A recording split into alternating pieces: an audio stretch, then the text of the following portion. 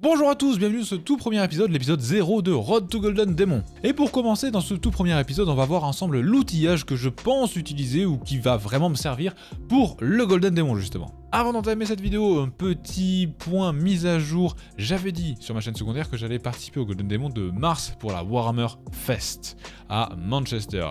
Malheureusement, je ne vais pas faire ça pour des raisons que je vais vous évoquer juste maintenant. Première raison, il y a de fortes chances que je sois en train de déménager l'année prochaine pendant cette période. En fait, on ne sait pas trop, mais à partir de janvier-février, on va partir en recherche active pour déménager à 10 heures de là où on habite ici. On va partir non loin de Nantes environ. On hésite entre Nantes, Bretagne, Rochelle, entre, on va dire, en dessous de la Normandie et La Rochelle. Voilà, on cherche là-dedans tout ce qui est pas trop cher à environ 1 heure de l'eau. Voilà, dans l'idée, c'est ça. On va sûrement faire ça, on va partir en recherche active vers janvier-février, faire des voyages là-bas pour aller voir comment ça nous va, trouver un petit peu les régions et tout. Et donc normalement si tout se passe comme ça se passe, on devrait déménager à peu près vers mars-avril, ce genre de choses. Donc un déménagement dans les pattes, non pas que le week-end précis de Manchester je serai en déménagement, ça j'en doute, enfin ce serait pas de chance, mais par contre ça m'enlève énormément de temps pour tout bien préparer et faire autant d'entrées que je le veux. Premier point. Deuxième point, je ne pourrai assumer l'année prochaine, finalement, après avoir regardé les comptes, qu'un seul voyage en Angleterre. Et donc du coup, un voyage à Manchester, même aussi incroyable que soit la Warhammer Fest de Manchester de l'année prochaine, il y a de fortes chances que ce soit une dinguerie, on pourra au moins la suivre ensemble en live sur Twitch ou sur YouTube. Mais si j'allais là-bas, je raterais Nottingham et Warhammer World. Or c'est quelque chose qui me fait fantasmer depuis plus de 10 ans et que j'ai vraiment très envie de voir. Et comme le deuxième Golden Demon qui aura lieu en octobre pour le Warhammer Day se passe à Nottingham, à Warhammer World, je me suis dit que non seulement je gagnais du temps pour mes entrées, en plus je pourrais voir Warhammer World, et je participe au Golden Demon quand même, c'est juste quelques mois plus tard, et ça me permet aussi de faire des figurines d'entraînement avant de faire les vraies figurines.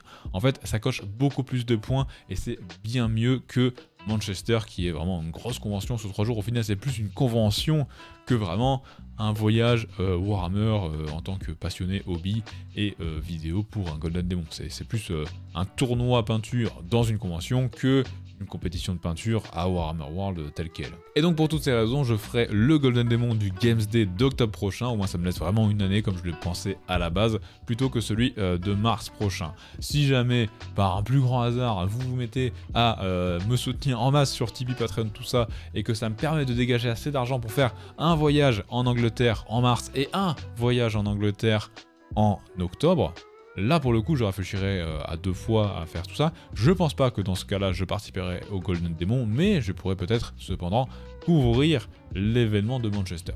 Après ce sera à voir. Après il y a de fortes chances que un ou plusieurs influenceurs français dans le monde du Wargame soient invités à cet événement qui est incroyable. Moi je ne suis pas encore en partenariat Games, donc pour l'instant c'est clair et net que je ne serai pas invité. J'espère peut-être que je le serai d'ici là.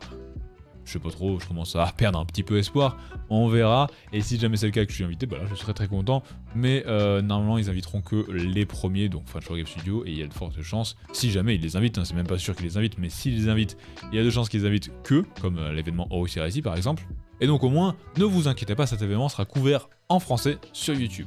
C'est tout pour ce petit truc, on passe au matériel. La préparation de figurines, le soclage, le montage, la peinture, tout ça, on va tout voir et on va commencer tout de suite. On va commencer avec l'essentiel tout dégrappé, donc j'ai une pince pour serrer et qui me sert à couper juste avec ce petit endroit là le fil de fer qui va me servir à poser sur un socle, vous allez voir ça juste après. On a ma nouvelle pince coupante, ma nouvelle vraiment... Ma grande trouvaille, la Dispiae, je sais toujours pas si ça se dit comme ça, qui est une superbe pince coupante. Si vous me suivez sur ma chaîne secondaire, vous en avez déjà entendu parler, je vous montrerai après son efficacité, et un scalpel tout neuf parce que l'autre il était tout dégueulasse, et avec bien évidemment des lames qui vont avec, bon là j'en ai pas besoin parce qu'elle est toute neuve, mais qui permettent de ébarber au mieux les figurines. Hop, attention, petit spoiler pour l'épisode 2 de cette Road to Golden Demon. Voici un petit peu pour vous donner une idée, la qualité de coupure qu'on peut avoir avec cette pince coupante. Là, j'ai vraiment pas forcé du tout. Et vous voyez que c'est quand même plutôt méga propre. Hein, comme coupage. C'est donc très pratique. Après, Pour vous donner un exemple, moi quand je prépare une figurine pour le Golden Demon, on va prendre par exemple cette petite épaulière qui a rien demandé. Je vais couper, hop, en amont comme ça. Hop, pour être bien sûr de pouvoir couper après tout tranquillement. Et là après, je vais venir au plus proche si la surface est plane, sinon non. Et une fois que j'aurai coupé au plus proche, je vais... Casse-toi.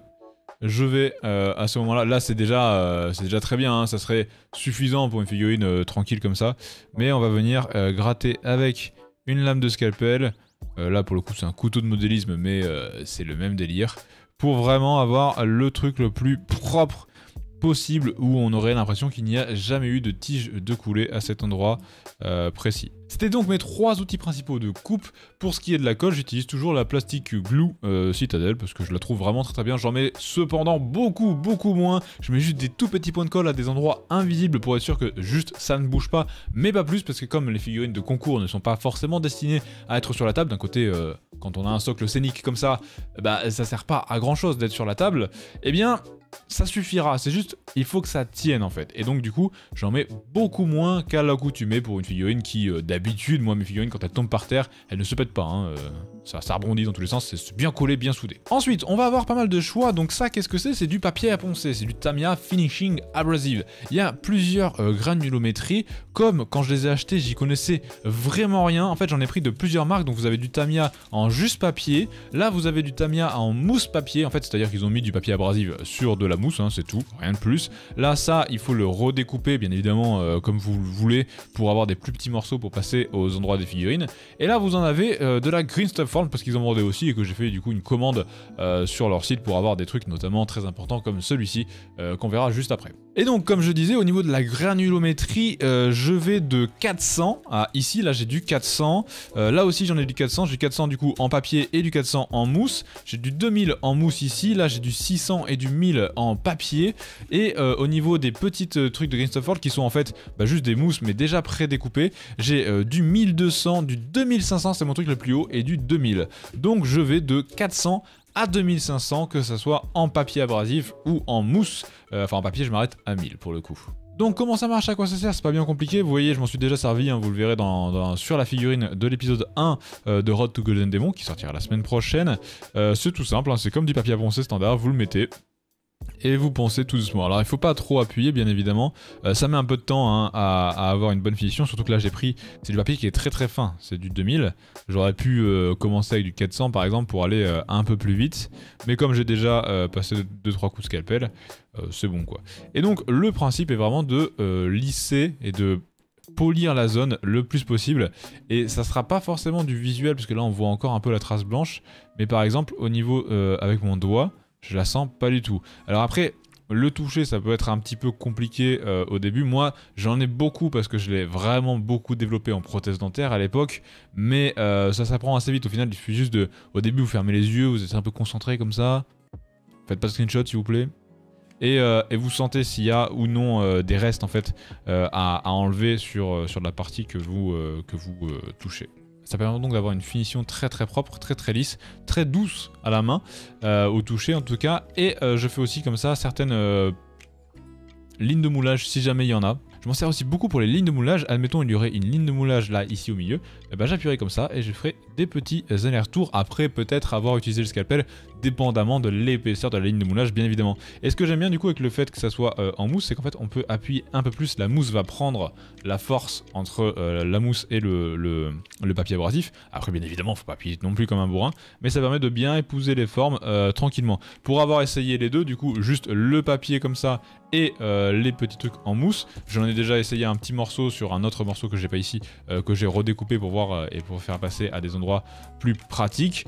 Je préfère vraiment avoir une mousse en main, c'est quand même plus pratique et plus facile d'utilisation.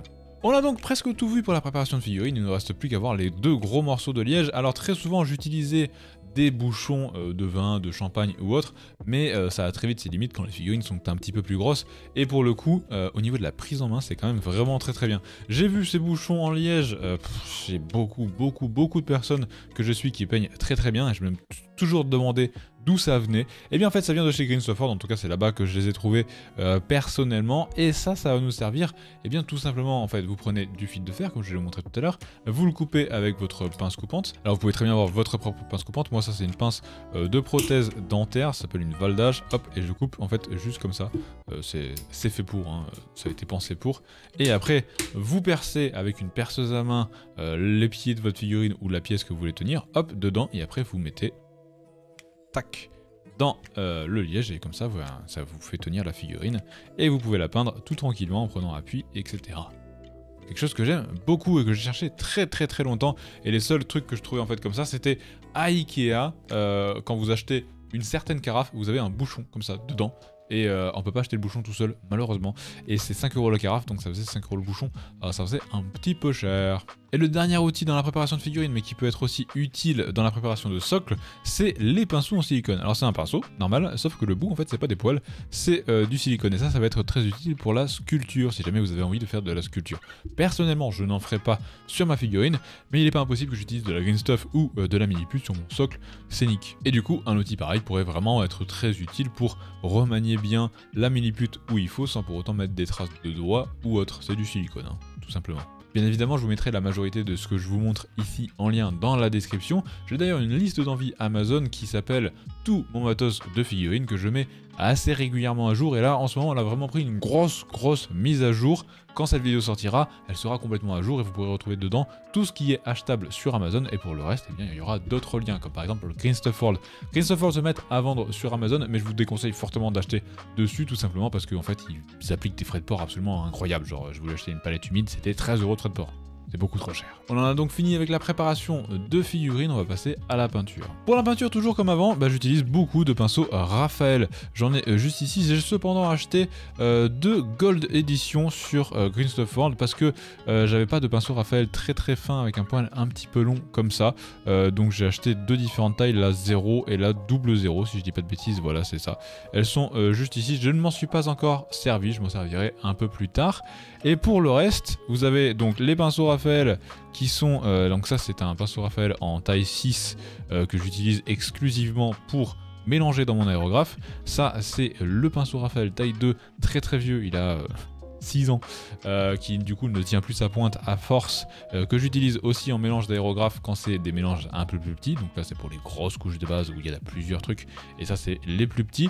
Et tous les autres, alors là vous avez un pinceau, un reste de Citadel Artificial Layer première édition. Je l'ai acheté le jour de la sortie, c'est-à-dire en 2015 ou en 2014. Il est toujours bien, hein, il a toujours sa pointe parce que bien évidemment j'entretiens mes pinceaux avec du savon. Voilà, donc juste ici il a perdu vraiment la majorité de ses poils, mais ce qui reste c'est très pratique pour faire genre des pupilles ou autre.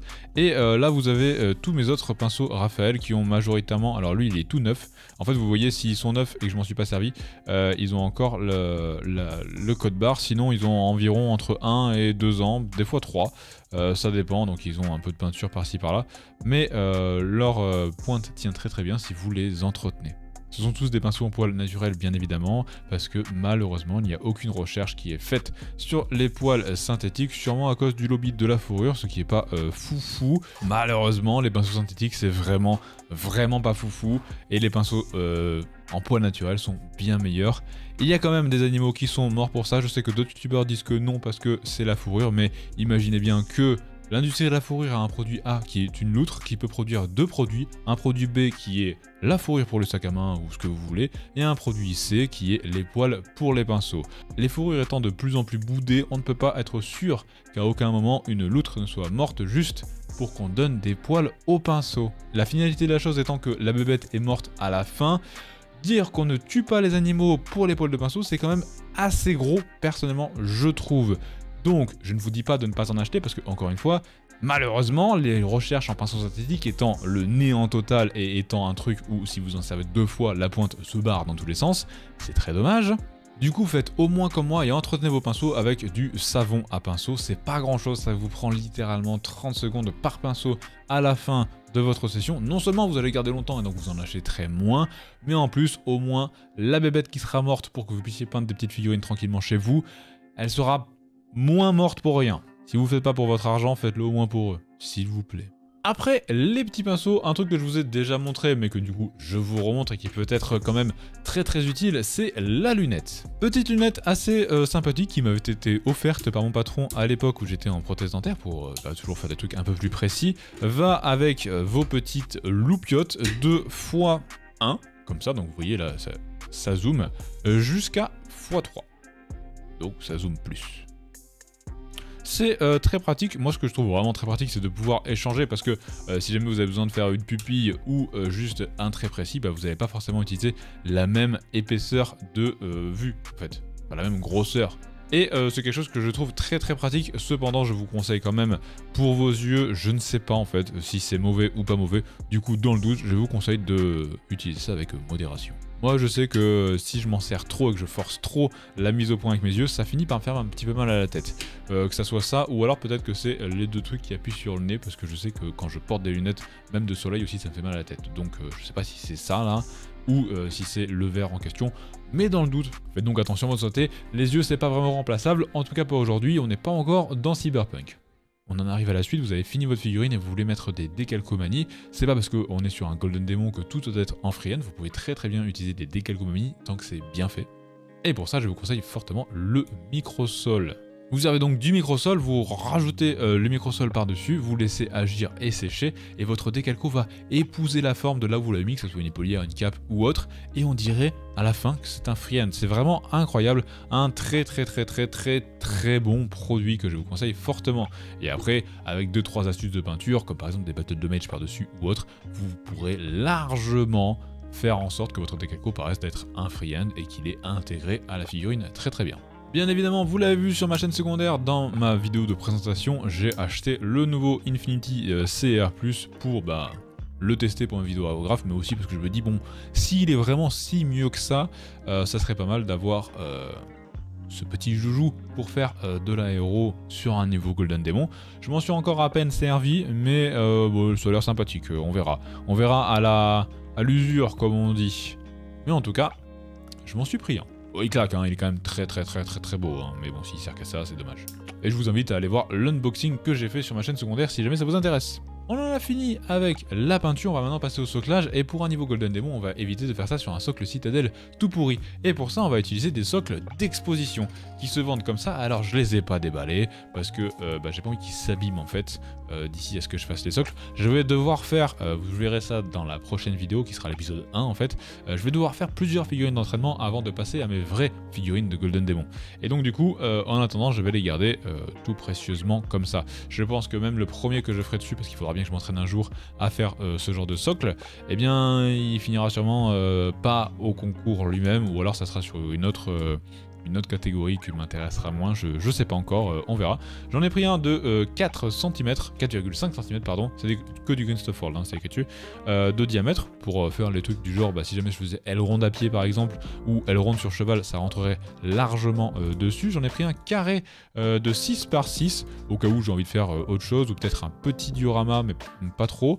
J'en ai pris un peu plus gros de 8 cm, qui pourrait très bien faire par exemple la vengeance de Bayard, qui serait très bien pour ce diorama là, enfin ce duel là. Et j'en ai pris un de 10 aussi que j'ai déjà déballé par contre pour en faire des photos, qui est du coup juste un peu plus gros et qui pourrait permettre de faire un bon diorama sympathique avec peut-être 3 figurines, mais pas plus je pense. Et pour tout ce qui est soclage, là typiquement plus pour du 40K, j'ai trouvé ces petites tiges en plastique qui sont des trucs très durs à trouver. C'est de la marque Polystyrène, c'est américain.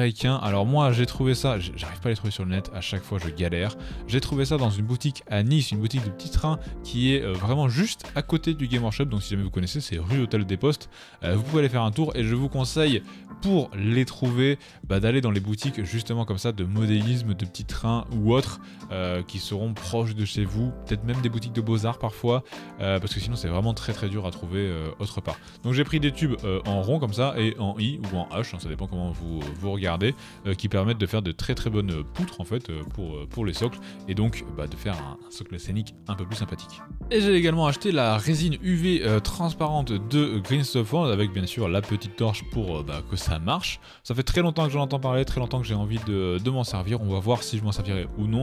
Mais je pense qu'entre un projet Seigneur des Anneaux, un projet 40K, un projet diorama, un projet duel, je pense que je devrais bien réussir à placer un petit peu de résine transparente dedans. C'est donc tout pour cette vidéo, j'espère que ça vous a plu. Tous les liens, comme j'ai dit, sont en description pour que vous puissiez acheter la même chose si jamais ça vous intéresse. En attendant l'épisode de la semaine prochaine qui portera du coup sur ma toute première figurine que j'ai fait en, on va dire, entraînement, et qui, j'ai bien fait de le faire hein, plutôt que d'y aller directement parce que j'ai pas mal de trucs à bosser avant. Merci. J'ai pas mal de trucs à bosser avant le Golden Demon, hein. On verra ça dans la vidéo de la semaine prochaine. En attendant, abonnez-vous si jamais ça vous intéresse, je vous fais des bisous, je vous dis bon jeu, bonne pâture, à bientôt, ciao ciao.